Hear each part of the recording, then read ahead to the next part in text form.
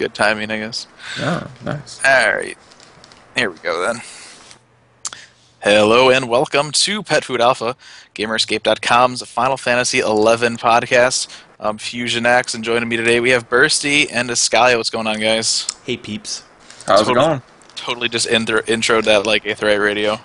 I was about to say, whatever. Like, as soon as you started introducing us, and we didn't even introduce ourselves anymore, this show totally stopped being Pet Food Alpha. It's killed it.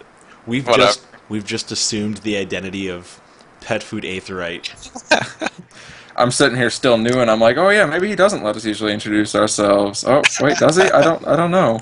This guy is like, I don't even know what's going on. I don't even know. He's like, I don't even know. I don't even know. Isn't this Voices of Vanadil? Like, no. You want to go? You want to go to? You would know. You want to go to Studio 66? That's down the hall. Yeah, you would know if it's Voice of Vanadil. There would be no one listening. Oh snap! Against myself. It's your own show. Yeah, that's right. Way to zing yourself there. That's right. Well, easy targets and all that. All right. So starting off today here, we got Feast of Swords is going on right now. Started on the 24th last month there, and is going until May 8th. So if you like swords and you like feasting, this might be the event for you. Is that not an event that just plays towards Americans' violence and food? Well, pretty sure Feast of Swords is like the most Asian event you can get in Final Fantasy XI. But the name suggests otherwise. You know what? I'm thinking back to like the original days when 11 came out in North America, and like they never used to have all these festivals. Like now, there's pretty much a festival every month. Well, and the problem with it now is because they've been doing them. Like they have so many, and the game's like 11 years old now. It's just the same event over and over and over. And, right. And like every 3 years, they'll add like a new item or something. Well, when I first came into Go ahead. Well, when I first came into the game, Summerfest was going on, or Summer Breeze. Is that what it's called? Summer Breeze Festival. Summer Breeze, yeah. So that was going on, and it was like 2004, 5, somewhere in that area. And so that's like the festival event for me. All the other ones are just like secondary to that event. See, for me, I started the game at NA launch, and it was right during Halloween season. No, okay. In North America, so I remember one of the first items I got was like my pumpkin head and my polearm. Oh, your nice. devil fork or whatever it is? Yeah. Pitchfork. And that thing turned out to be an awesome little tool when Abyssia came out because you needed it for Dirk procs. Yep. Raid and thrust. Yeah. I would do that stuff on my samurai, and I would bust out my Engetsudo that had Evoliths on it. Oh man. Ah, sweet. Yeah. But I remember Evoliths. like the first time they actually threw Spirit of the Samurai in here. I just remember I think I was like going back to like Gusterberg or something like that, just to level a Lobby jog. Mm-hmm. And Feast of Swords was on. Didn't even realize, totally oblivious to this, that this event was happening. And there's like these samurais running around in AF, and I'm like, dude. Everyone's like freaking out because they think they're like the NMs from the Valkyrie Dunes quest that like ended up always killing people back in the day. I remember being like, what is? Can I have that armor? And I'm trying to chase the thing down, and it's got movement speed plus. So I remember I went back into town, got a chocobo, and I started chasing it around on a chocobo. Well, it's funny because I think originally the armored guys were like Usukane, weren't they? Yep. Yeah. So now we have Usukane armor in the game. So. That was like my first time where I got real freaked out was the Buffalo event. Oh yeah, I remember that. Get blasted all the way to Juneau. New Year's always gets me too. You'll just be walking around, you'll forget it started up, and you're like, why is there a bunch of like primal guys or something just here primals? And I'm in such a 14 mode here tonight. Yeah, you totally have just aetherated this show. Avatars. Avatar. Question for you though. I'm trying to think right now, just like we're talking about this event. What event was it where you had the big treant trees and you had to kill them? Was that was that a Feast of Swords? No, it was the sparkling trents, right? I want to say it was around a New Year. It was around a New Year's thing because that was the same one where they had like the haiku stuff one year, right? Remember that for the Link Show community where you had to post haikus. That's right. Yeah. I think it was like that same time. But I remember there was like server prizes like for those that like killed the most treants fastest. Yeah, I want to say that was like just like a different year of that same event. It was around New Year's, I want to say. I don't remember that event at all. Oh man, I vividly remember that. I can't remember what one it was. It just to me it feels like it was all part of Feast of Swords. I want to say it was New Year's or something like right after Christmas, I think. Yeah. But I could be wrong. Anyhow. So Uh, we had a version update. We did. Yes, we did. The version that the game was is now Up to upgraded date. from that and has an extra digit or a higher digit on it. And see, The old ways are irrelevant. well, actually, Final Fantasy XI, unlike other games, they don't call it like version 1.3572 Well, they- 4968. They do. Do they? Actually, when you go to when That's when on you the first login log in, screen. after you get past Play Online, once the actual game launches, down in like the corner it says like V whatever, but it's like I've seen that. But ridiculous. That's what it is. that's like the same as like any like online games, though. They what I mean by that is like Didn't Call you of say Duty. that they didn't do it like other games? But no, what I'm implying is they don't do it like another game that this Oh. episode's sounding like. The Twilight Zone of Pet Food Alpha here is where Yeah, right. Pet Food Aetherite. I've been reading so much about like 14 and stuff this past week, and my mind is just like Don't you love when the title for the episode pops up in the first like 4 minutes? Twilight Zone. Yeah. No, pet food aetherate. Pet Food. food. Oh, Not an man. official plug yet, an unofficial plug. We do have the that show. one show, and we just totally spilled the beans on everything beta related. So you should Yeah. go check that out. So Fusion is also on like a little bit of a vacay right now. I totally am. Yeah. So he's Yeah, actually I coming heard you're this- in like South I'm America still or something. podcasting. What? I'm not sure that Washington State would qualify as South America, but Yeah, he's on the Pacific Coast. Oh well, alright. Same thing. Yeah. He's hanging out in the Pacific Coast. I'm actually right next to the Microsoft campus. Oh yeah. Really? Yeah, where their headquarters is. Yeah, and Nintendo's not too far from here either. That's cool. All I was going to say about it, and I don't bring it up.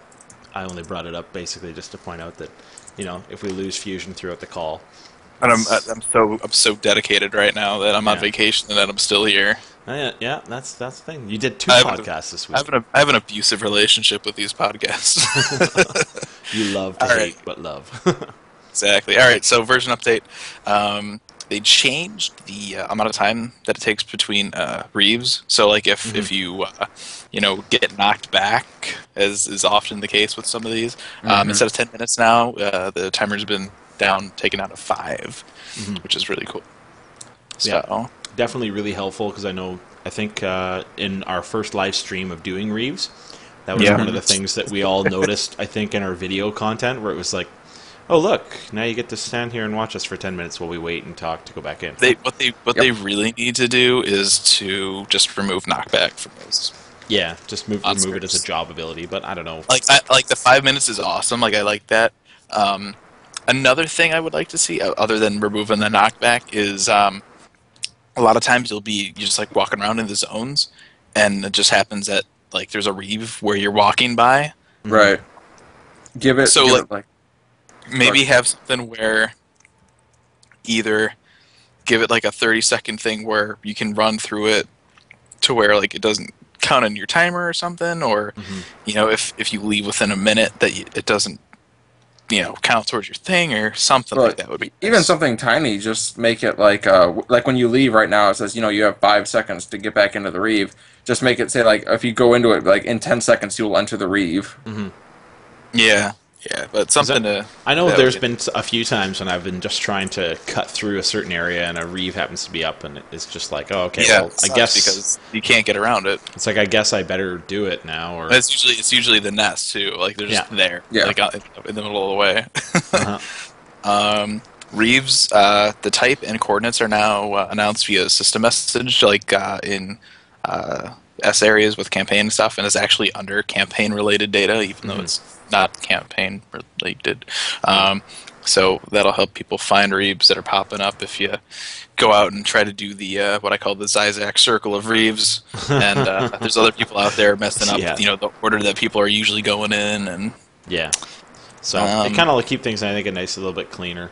Yeah. Keep things a little bit more fluent, because I know you kind of, like you alluded to, Well, people and mess you know up what that else? cycle, and it's like, oh, great, now I get Well, to what sit here. else is really nice too is because right now, like people are still working on kind of expanding more into like Henneteal and Basalt. You know, like Hmm. people are pretty much done with like Zizek at this point. You know, Yeah. Yeah.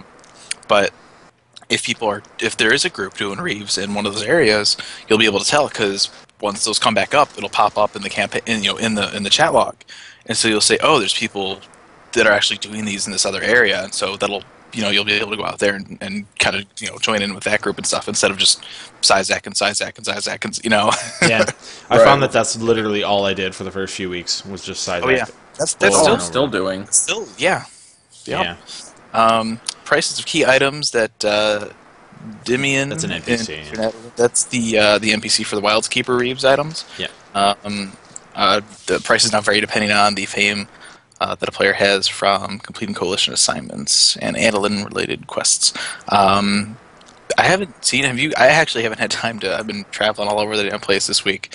Have you guys heard anything about that at all with the prices? My LS that currently does this sort of activity, not the one that you guys hang out in, but that other one that you were in for a little bit there, Fusion. Oh yeah. They've been trying to get into doing these things, and it looks like the key items so far, and I don't know if this is without items or with items, but it looks to be around 100K for each pop. That's what it was before. So it sounds to me, anyways, that I mean, I guess if you do these assignments or the quests, it sounds like it's going to lower it from 100K, which is probably pretty nice, because I know that I've been grinding quite a bit, and 100K is, yeah, it's not. Well, something you can especially get with pretty all quickly. the little adjustments here and there that they've been doing, you don't get as much spald as you did right when this stuff came out. That's right. So it does. It takes quite a bit of time to get it enough together for the Wildskeeper Reeves, which is kind of annoying. But I have seen quite a few people just standing around in Port Juno or other places as well that are wearing some of the gear already from those delves, and some of it, I have to say, is pretty sweet. From Delves, really? From delves, yeah. Wow. Yeah. Huh. I'm still working on getting my That was- Korea set. Some That of was- the that was- some of the fights are apparently anywhere around. What my one friend compared it to was, you remember fighting Kieran back in the day, and you had to use like the kite method, and how it used to take Sure. like around an hour to do it. Yeah. It's the same sort of time frame. It's just that you have a paladin straight tanking it, and it takes an hour to do it. Interesting. Yeah, I mean, Yeah. and when they first announced this update, I was kind of like I don't know, disappointed or annoyed or whatever, because and I'm a more of a casual player these days, so keep that in mind. If Yeah. you're gonna try and lash out on me for saying this, but they're like, yeah, so we're gonna the next version update is gonna be content for people that have already done all the Wildskeeper Reeves and Skirmish, and I'm like, Who's that? who's done all those already? Right? Like, is there really anybody that's done all of those already? I can't. Why can't you come out with something like the Maw Gardens or something that everybody can jump into? Why do you have to? But if you're seeing people with the Delve gear, I guess there's people that are up that far. So Yeah. okay, Right. And I mean, I've taken a really slow approach to Seekers of a Duel, and much slower than I took with like Wings of the Goddess, where I jumped right into it and was doing everything. But I've been getting kind of focusing on so many other things. Like, I'm still finding like I'm fairly experienced with a duel, and like, oh yeah, I can do a Yeah. Reeve now. I finally figured out how to buy my Korea gear. really, all I do when Yeah. I log in, I'll do some Zizak stuff, That's and then right. I'll do a couple Yep. assignments, and that's really all I've been Finally doing. doing your campaign ops of the modern era. I I guess mean, now. on the plus side, I guess like I can just kind of build up bald, but it's I don't know. See, I've kind of had like a little vicious cycle of when I've gotten online lately. I find myself still going back to doing salvage 2 farming. And then I bounce and do a little bit of Sizek a little bit, and then, between that and fishing, it's just like there's really, like, unless like my LS starts to get like really, really active with this stuff, I can't see myself jumping into it. Well, see, my thing is like, I would really love to get in and do some Wildskeeper Reeves because there's some cool equipment from there. Yeah. Mhm. But like and because I'm playing casually, that takes a lot of time to get that much balled, and then I gotta, get on with other people that also have that much ball to get the key items to get to the areas to do those, and You it's gotta hope just, that you have the right time frame to do it because you gotta get and you on at the gotta right hope time. that you get the right item, and it's like with my luck, I would go and do the B, and I'd get like the axe or something, You know, like great. in some ways, it's very reminiscent. I started thinking about it when my friend mentioned the whole Kieran fight thing because in a lot of ways, it kind of reminds me of how old Sky used to be in that it takes so much time vested to actually get to a point when you can actually go and do like say a Kieran or like a Mm-hmm. Siryu or a Suzaku, something like you know what I mean. Like Yeah, it's that same sort of like old school type of time sink like you used to have. I call it a time sink because kind of reciprocating the fact you said that you're like more of a casual player now. Like, I feel like I'm sort of the same way, and I think most people have become that way because of right, and that's Abyssia, that's right? a question that I brought up a couple weeks ago. I did a post. There was somebody that talked about. It was one of the first kills I read about for one of the Knockwalls with the Wildskeeper Reeves, and it said it took him like 4 hours or something like that. Yeah. And I wasn't trying to blow this up like the whole Pandemonium more than 18-hour thing, but in this day with just I think the genre as a whole, not just with Final Fantasy 11, has moved over to more casual players, Mm-hmm. and so like a 4-hour fight, like is that really something that people would want? And again, keep in mind this was like one of the first kills, and people Right. were still figuring out strategies and stuff. But That's it's right. like anything more than like 30 minutes, or especially over an hour, that seems way too long now for Right. Well, these days. the question Well, is it still realistic to expect players to dedicate 4 hours to a single fight? We all No. remember back in the day, if you were in a Sky Link shell, farming twice a week, Gods twice a week, Kieran on Sunday Yep. was the general rotation. I mean, are there still Link shells doing that sort of thing for No. a dueling? No, that doesn't exist anymore, I don't think. Yeah. And I had the same kind of little like mini rant thing that came up with when they came out with Legion. All these big end game link shells that were doing all this stuff. Once Abyssia came out, a lot of them kind of just dissolved into static groups, Mm-hmm. and then they come back and they're like, "Here's Alliance content," and It's like, yeah, you we're know sitting what? here like, well, that would be great. Like if it came out 3 years ago when I still had a full link shell. Right, You know? you've destroyed our alliance. Between people leaving and between, just the game changing, it's like most people now do things quite comfortably with a group of 5 to 6 people and to go out there and find now 18 people that are dedicated enough to, come on multiple occasions to like get, not only just like the bail that you need to get the actual pop items, but Right, to actually stick around for the sucks. fight. Because you think about it. I mean, you can kind of play it in the middle. Where like on one hand, yeah, you can understand that. Back in the day when this game came out, this was the kind of content that it had, right? It would take a long time to get stuff, and but now it's kind of shifted over to casual, and they have added some more casual stuff, like Abyssia. You can do a whole bunch of low manning and everything like that. Right. But it's like it feels like every time we get something good like that, they come out and announce, like Alliance content or something, which if there are groups out there, I mean, and people are getting the gear, so there are, but, not as much as there used to be. It feels like they're all going back and forth, and it's just, And Well, it's like the other thing I think too with it is just like if you're really trying to throw content in like this, I mean, a lot of people, although they moaned and groaned about the sort of layout and sort of structure behind VWNMs, like Void Watch Notorious Monsters, for a lot of people that worked, like just saying, okay, you know what? Void Watch works solely because you can easily do it with pickup group. Yeah, like and Right. to me, like I would think, okay, you spent all that time invested to develop that system. You made our mentality change by putting us in a way where we had to say, okay, you know what? I can't just do this with my link shell all the time. I have to go and suck it up and go and be part of pickup groups now. And people become more proficient in being in a pickup group because you can't just be the guy who shows up and makes a mockery of things. Right. And Well, now, and now they the make be- a total 360 again. well, and the beauty too of Void Watch was that you could do whichever one you wanted. Yeah.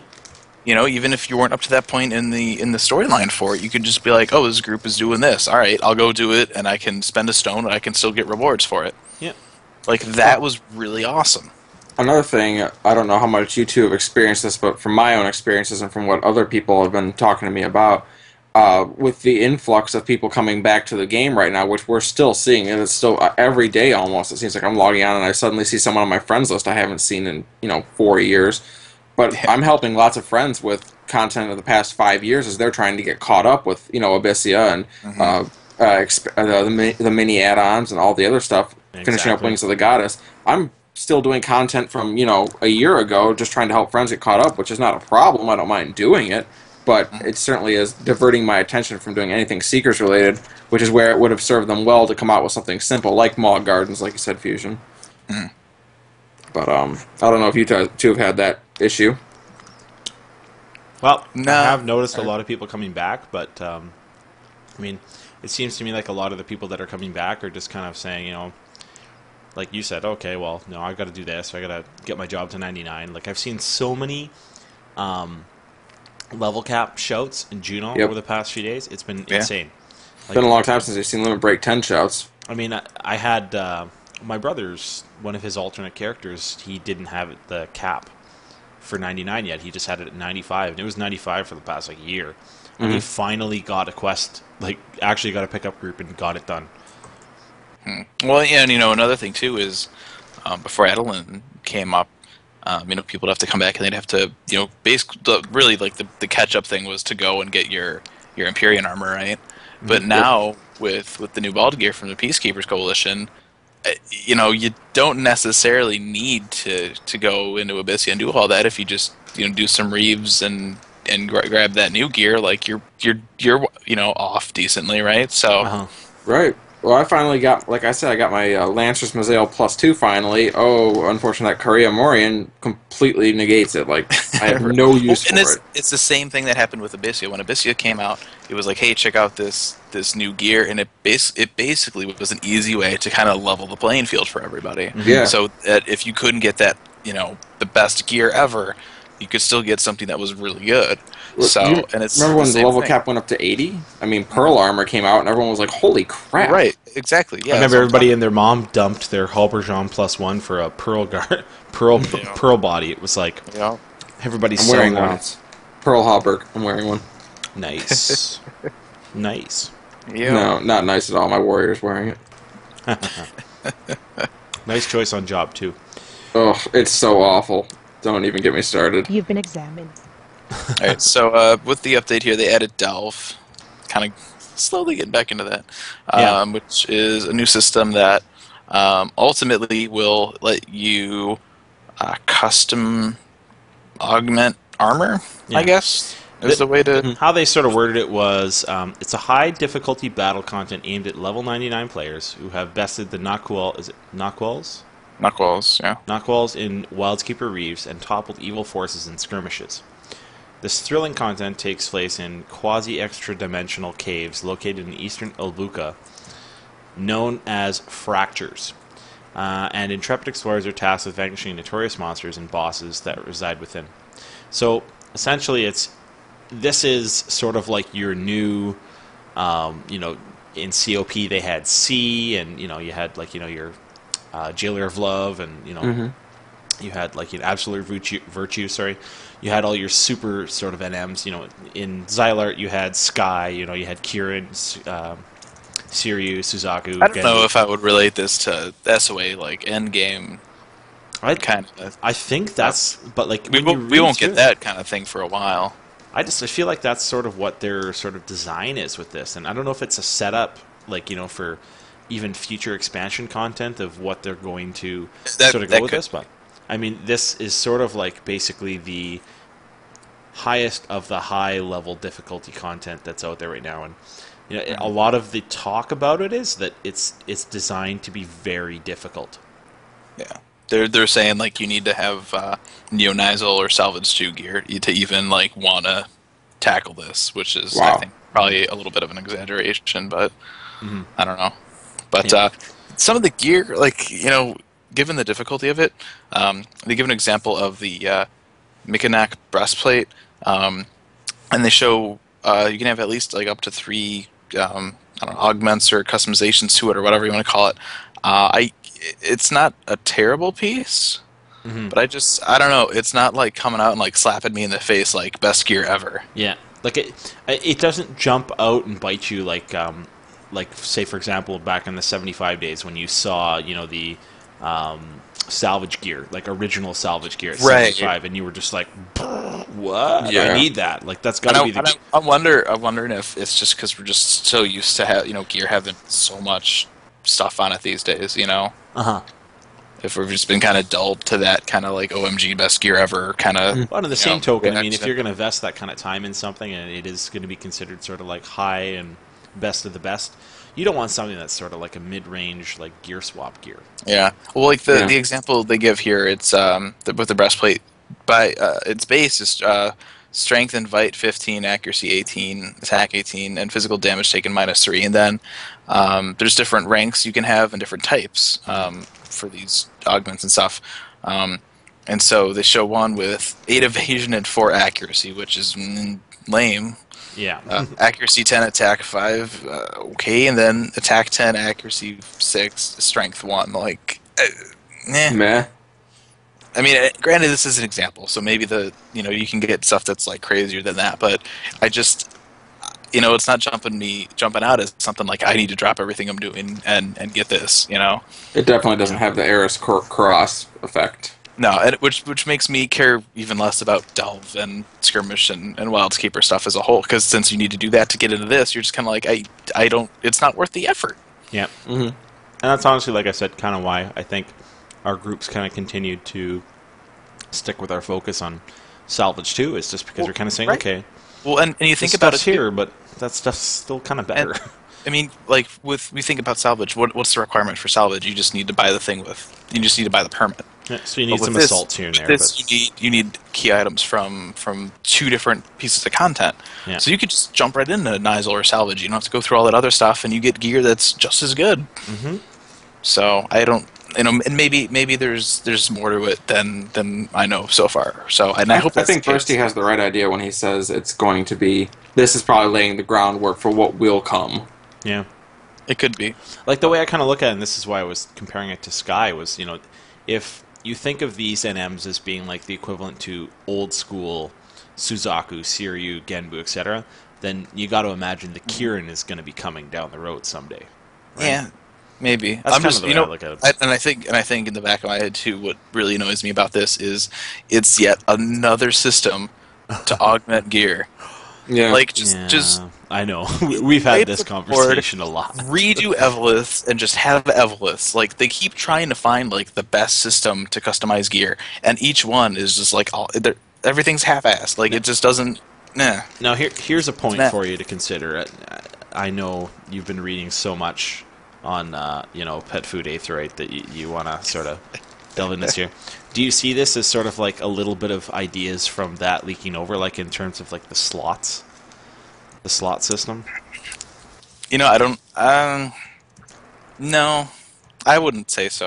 I think it's a different kind of beast. Yeah. Well, I think what's kind of sad about it is, like you say, they're looking for all these different ways to have a way to augment gear.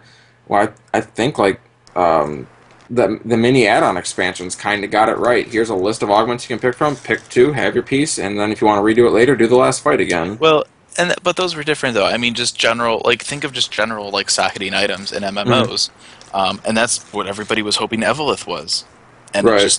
it wasn't. It Wanna was. try and bring back it was the- horrible. Bring back the rune system from Diablo 2. Yeah. I mean, I can still remember camping this Peist in him in Pash Out S just to get a polearm critical hit plus whatever percent Evolith. Mm-hmm. And I mean, it was so stupid because you had to camp NMs in order to get these Evoliths.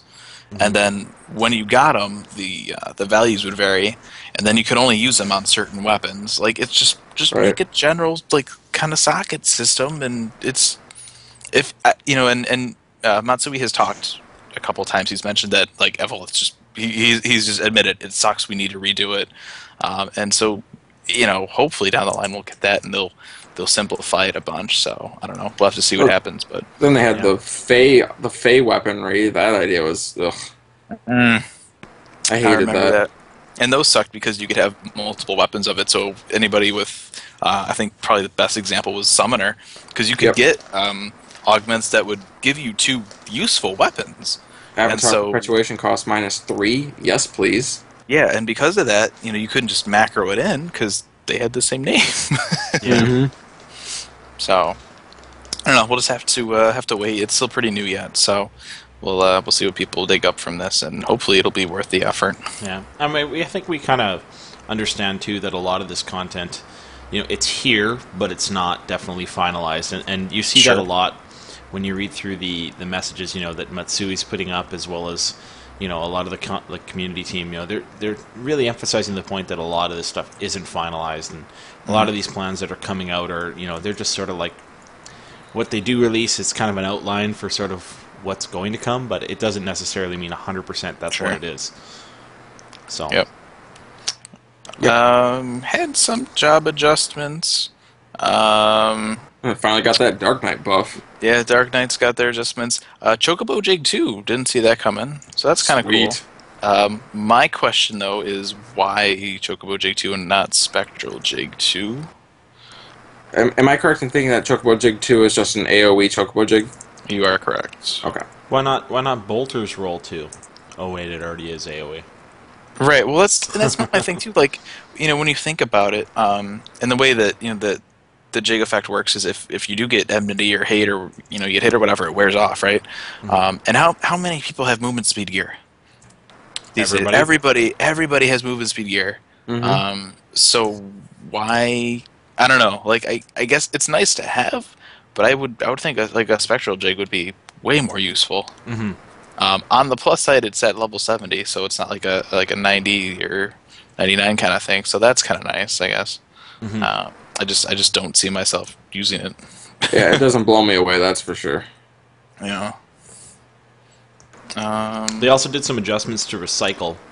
It's now going to be learned at level 20, and it's going to occasionally allow range attacks without consuming ammunition. However, now that it's earned at level 20, it will actually increase the effect in stages at higher levels. Yeah, and scavenge is nice too. Now they've changed it so that you can recover specific amounts of ammunition that you've expended while in that area. Oh, that's kind of cool. Yeah, that's kind of Was that really the problem with Ranger though? I mean, was losing 4 bolts really the problem? Absolutely. Yeah, that was where people drew the line. All I have to say about the next one is that I've actually noticed it. Which one is that? Oh, the Corsair? Yeah. Well, now Corsair actually gets recycle, right? So what it says is that it's going to be learned by Corsairs at level 35, and that the effect increases at higher levels. So it's not obviously going to be as high as say Ranger per se, but now some of those items that I've had in my Corsair inventory for things like recycle, we only have like say +3, but you figured you never had Now it before. it's top of the traits, yeah. Yeah, so now it actually tops off the traits, and I have noticed just in doing a couple little like I did a Provenance Watcher show today, and I noticed like when I went in, I had like 9 bullets, and I got through the first fight of Catarays with those same 9 bullets, and I was shooting like consistently. So it's pretty. That's cool. It seems to me like it's proccing quite a bit. I don't know if that's something that is so intended that way, or if it's just because tell me bug to fix. I'm just remembering, when they did Yonin and Inin. When they used to be able to use Yonin and they would never expend Shihei. Right. So I'm hoping it's it's working as intended and it's not broken. Current known issues. Let's see. Geomancer, the potency of Geomancy spells that increase and reduce accuracy, evasion, and magic evasion have been adjusted. And a lot of recast timer adjustments for Rune Fencer. Yeah. A lot of stuff that was 5 has gone down to 3. Lots of stuff that was 10 has gone down to 5.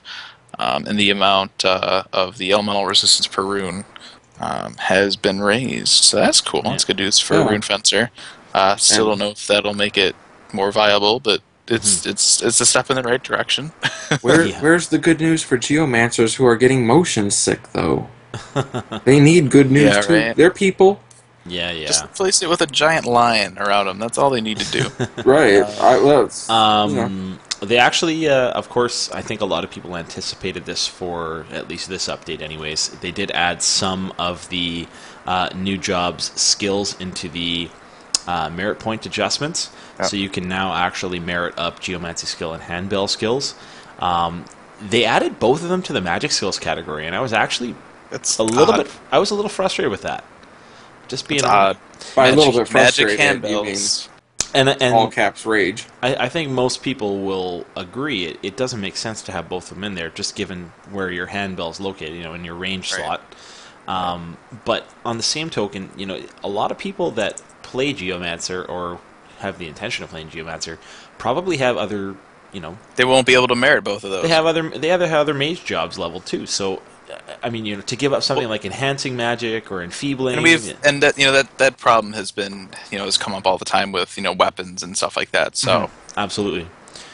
So I know that's sort of something that, because Garoda and our Link Shell's been really working hard on his Geo, and he was pretty upset when he saw that, because he goes, well, now what? I have to choose between Summoner and White Mage, or Summoner, Yep. Scholar, and Geo. He's like, because I'm definitely not going to give up my Scholar, and I really want my Summoner to be good too, so I really don't want to give up one for, even another one of those.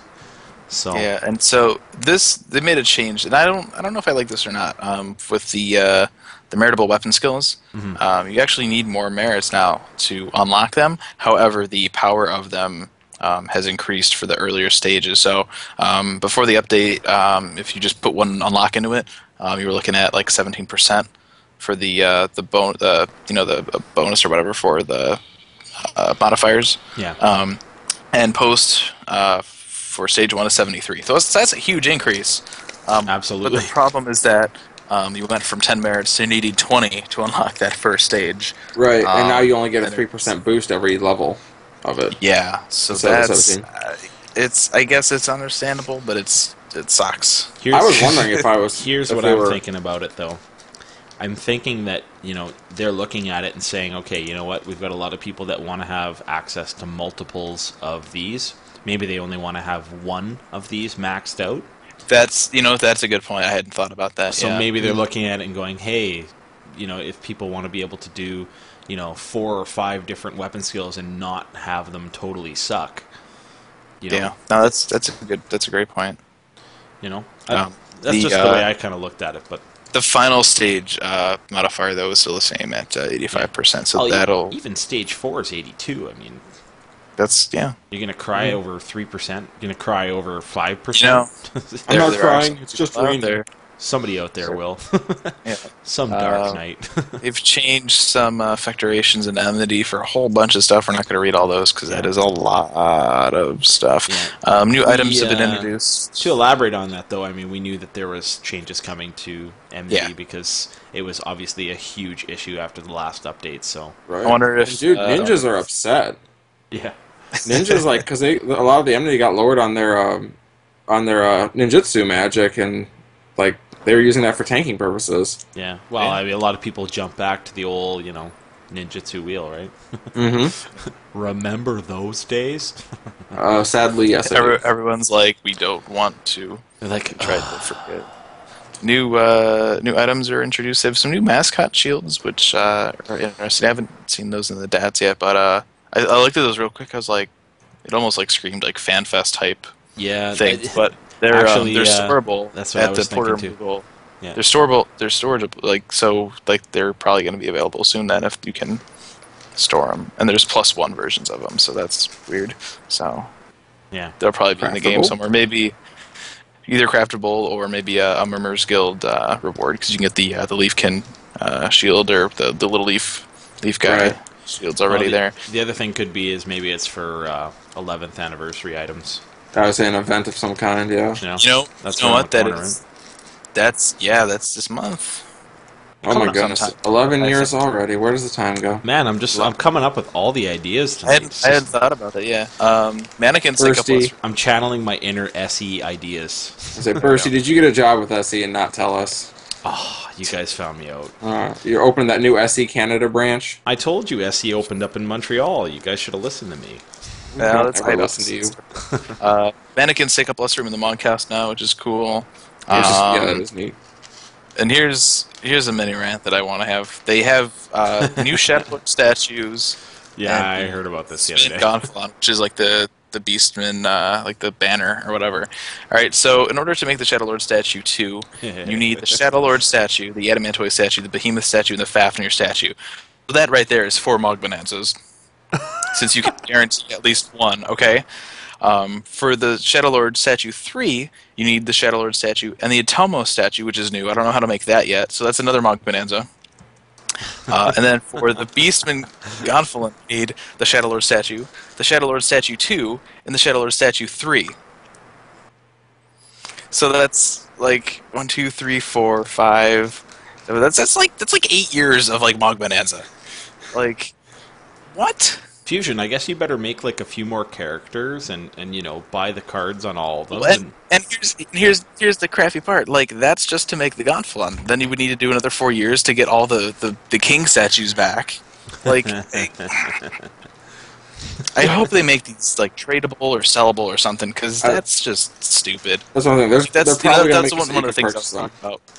Or craft them. Maybe you'll be able to craft in the future. They'll do all this like stuff that's really cool. It makes so much sense, and then they'll do something stupid like this, where it's like, hey, like if you collect, statues from the Mog Bonanza, since like we've started the Mog Bonanza, you can make this.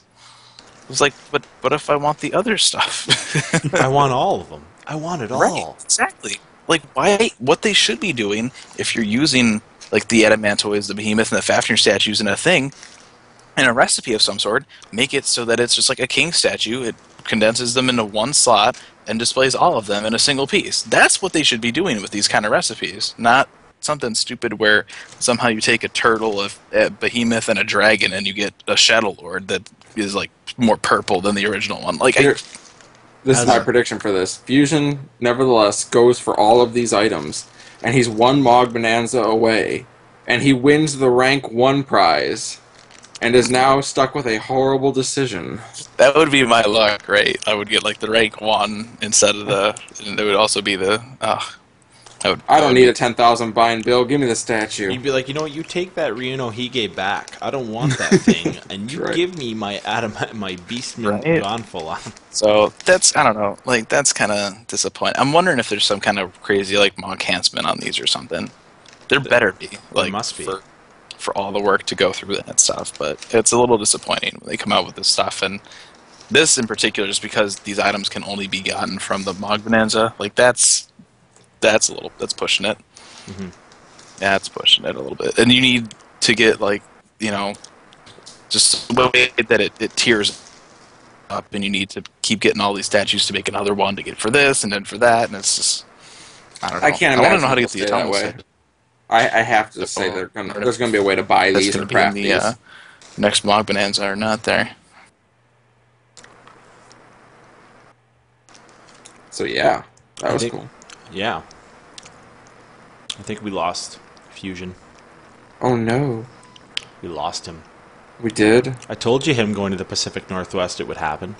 You did. I warned you. But at least he got to get his rant out over. Yeah. He got his rant. It happened. It's there. I'm sure he'll join up with us when he gets a chance. Yep. So Stoneskin. Yeah. Stoneskin needs to get buffed because apparently it stopped scaling at some point. Yes. Like when the level cap went up. Yes. I'm just pulling this link up right now because look at it. Yeah. What they did was they said though they definitely wanted to take a look at upgrades to Stoneskin in the future. This was about about a week and a half ago or so.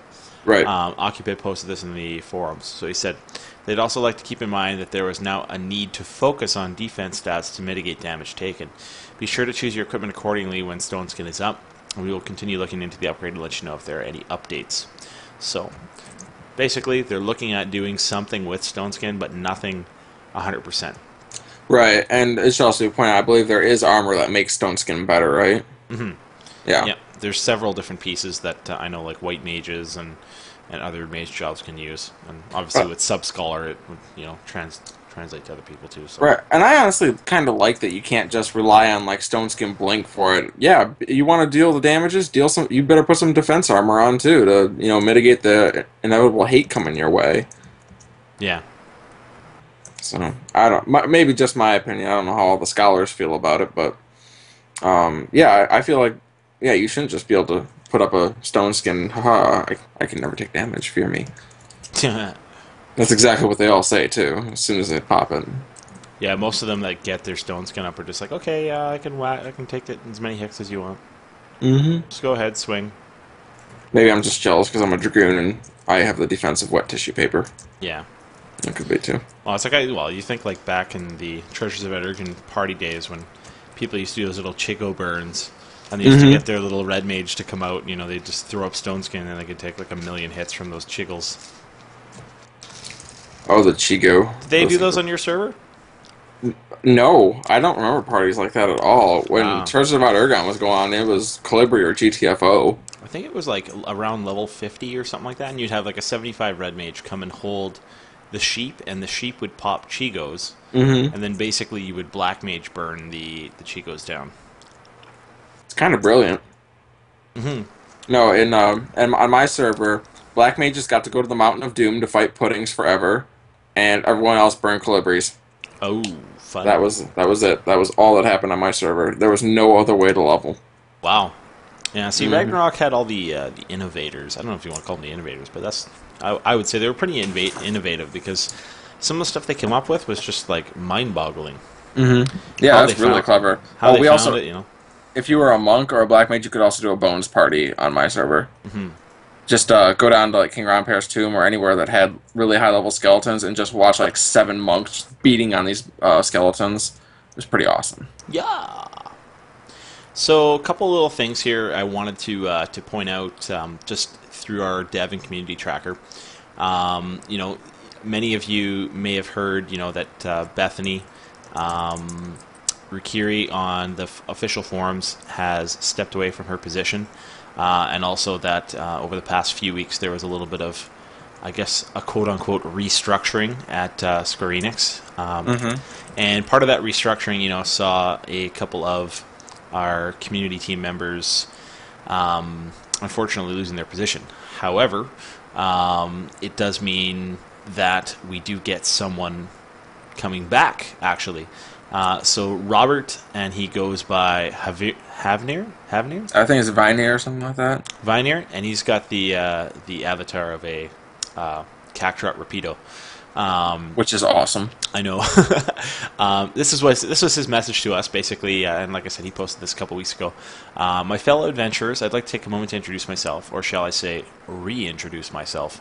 Ages ago, I was a member of this community team from 2006 to 2011, before joining Square Enix members team. I'm happy to say I'm back and ready to relay your feedback to the development team. Here's to many more years of Final Fantasy XI, and thanks to all of you for yet another opportunity to be a member of your community team. So, I mean, I know if Fusion was here, he probably would have more to sort of elaborate on Rob. However, I know he, you know, is someone that helps us out at Gamerscape quite a bit. So we're happy to hear that he's back, and we're happy to hear, obviously, that he's going to be contributing to the 11 community again. You know, it was a little scary there for a few days, sort of trying to pick out who was still going to be around and who wasn't. But I know. I think we're still pretty fortunate, at least on the North American end, where we pretty much retained most of our team. So yeah, and for Rob, from everyone here at PFA, welcome back. yeah, welcome back to the party. Yeah. Let's see. I was still trying to get Fusion back in here. So some of the other things we've been following, we've got obviously our sort of topic, I guess, of the episode, which we're going to get to here in a second. But before that, I wanted to sort of dive into a little bit of what's been going on the forums lately. A lot of sort of feedback and following with the Seekers content, and a lot of feedback is just coming out and saying it's just too darn hard. So, in regards to the recent version update, and this was actually posted today, so this is actually brand new, fresh news. Okay. Matsui posted this, and it was translated and basically posted by Kamate for us. So it says, this is Akihiko Matsui's message to us. With the release of the end of the April version update, we've implemented Delve and have completed the battle content that was planned for the launch of Seekers of Adeline. I feel that the flow of content that we planned, where players would take on higher tiers of content level by progressing in stages, is not going as smoothly as we'd like. we'll talk about this in a second, of course. Yep. Specifically, I would like to adjust the fact that it's difficult to do colonization reeves and layer reeves in small numbers, as well as the fact that it's difficult to start skirmish. For the time being, Delve, as in the boss battles, have been set as the highest content level. With this current state, I feel the priorities should be in place on implementing and adjusting content for low man or soloing more than adding further higher tier content. And I would like to work hard while heading in this direction so that at a larger amount of players can enjoy the game. So, just to kind of rewind to some of the things that we said at the sort of top of the episode. Right. It's, do you feel that you've been listened to a little bit? I feel like what we were talking about kind of hit the nail head on earlier today. I don't know so much if it's the issue is that we're used to doing things low man now, and they're trying to shift focus back off of low man back onto big groups, and that's a much harder transition than from big groups to low man. Because you could always go from do something with a low man group. That's no problem. That's an easy transition. But then, like you say, your link shells now, I'm willing to bet, are way smaller on average than they used to be. And not because players have left the game, just because big link shell groups aren't needed for things until now. You think about it this way. Some of the largest link shells I was ever part of in the history of this game all revolved around primarily like a point system, right? I think like back to like, what's it called? Dynamis link shells and Sky link shells and earn points for doing your run, bid points to get stuff. That's right, and a lot of those, they built on things like attendance and reliability and consistency of being there and all these kinds of things, right? I realize those are all three of the same thing, but yes. To me, it's like, with the content we've been given over the last 3 years, 4 years even, the focus has totally been taken away from that. I mean, gone are the days when, people feel like, getting together with a group of 20, 30, 40, even 50 some odd people, and some of the content's definitely geared towards that. Somebody was saying to me earlier today, some of the zones for these new Delve bosses literally are capped at 48 or 36 people. Yep, 36. Yeah, 36 people. Like, you're allowed to basically go in with 2 alliances. Right. I don't know. Who the heck has 2 alliances? I don't know any link shell that has 2 alliances. And the last time I ever remember entering a zone with 2 alliances was maybe Dynamis, talking. I don't think I'm acquainted pre-Abyssea. with 35 people in this game right now. Exactly. Not on my server, anyway. And I think what ended up happening with Abyssea was just that most people kind of continued down the path of, hey, let's just stick with, social gaming. Let's get into the aspect of just, sticking around for the community. I bet you if you did a survey of the 11 players that play this game right now, majority of people, they play for the community. They don't. Oh yeah. They don't. The people that have stuck around this long, they've stuck around because of the community. They haven't stuck around because, they can't wait to go and redo salvage. Right. You know what I mean? Like, although it's what I primarily do in game for an event right now, it's not the only reason I stuck around. I've stuck around in 11 because of the camaraderie. Like, many of the people that I do salvage with are people that were in my Dynamis link show like 5-6 years ago.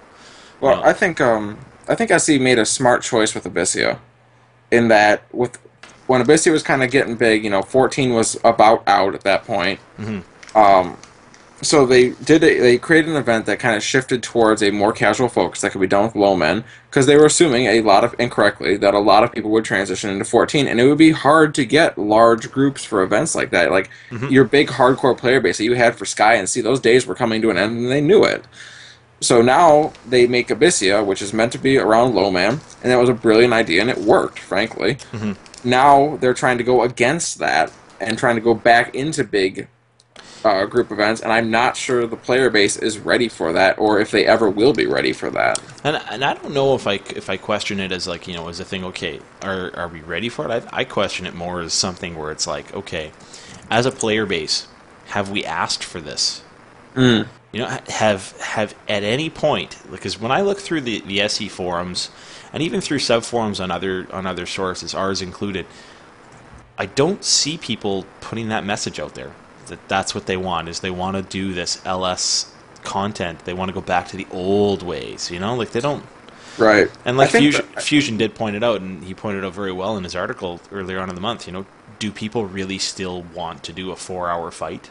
I don't think so. I think don't what people want is they want it to be harder. I don't think they necessarily want it to require more people and more time commitment. They just want it to be more difficult. Yeah. I think that's what people, because yeah, that is one And knock at Abyssia. It is easy. And the thing is that really, at the end of the day, there needs to be a healthy balance between difficulty and time consumption. Mm-hmm. Because really, I think most players in today's sort of mindset don't care to sit around for 4 hours, and I don't ever see the game going back to a point where, you know, you have LSs with point systems and, you know, stuff like that. Oh, those days are well past, and I think those days are well past for MMOs in general. I don't think that's sticking around, and I don't see that already in games like World of Warcraft. They're shifting out of that focus too. Mm-hmm. Exactly. It never picked up in Star Wars: The Old Republic. It never picked up in Guild Wars 2 or any of those. That I think that focus, the MMO model in general, is changing. I don't know. I don't want to say it's dying, but it's changing and shifting away from what made a classic MMO. Yeah. And you know, the other thing that's kind of scary and that MMOs are changing is just, you know, the whole you know, structure of a game like 11. If you look how it's built, you know, on subscription base, on, you know, how they launched or previously launched expansions, you know, in hard copy. You know, obviously Secrets of Adeline is a little bit different since it actually had hard copy, but if you look at the last, you know, 6 content expansions, if you include them as content expansions, Abyssia and the mini add-ons, right? Abyssia and the minis were all digital content.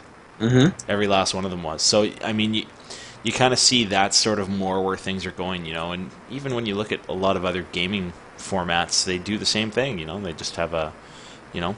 Well, I think that might be a trend across gaming in general. The physical copy, I think, is on the way out. Mm-hmm.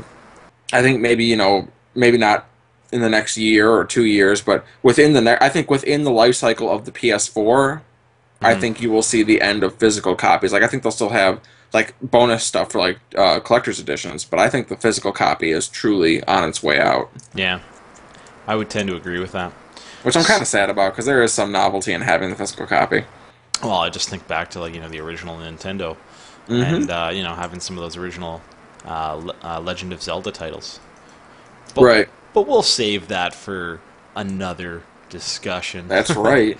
Oh, we are such teases. Yeah, we're just gonna tease you guys. Maybe we'll throw that stuff out there for like a Gamerscape radio or Gamers cool. Podcast. Sorry, GE. Hey, how about you throw it out there for a show that I'm actually on? Well, I mean, you could easily be on that show.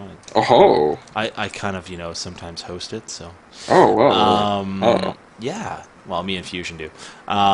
Anyways, beyond the point. The discussion point that I wanted to sort of focus on, and maybe we should just save this for the next episode, since it's kind of a hot topic. It is a big time. It would actually be a cool topic for episode 300. And we're running a little long, I think, in the tooth in this episode. We're trying to you know, stick to a little bit more of a tight episode format now. I agree. So, we're already over an hour. Yeah. So let's save this guy for the next one, and we'll head on right into emails, and we'll save our discussion point for 300. I promise you guys out there, it is a good one. Yeah, I promise you. And if you play the game right now or read the forums at all, you probably already know what it is. Yeah. All right. So I guess this is actually an email from a longtime listener.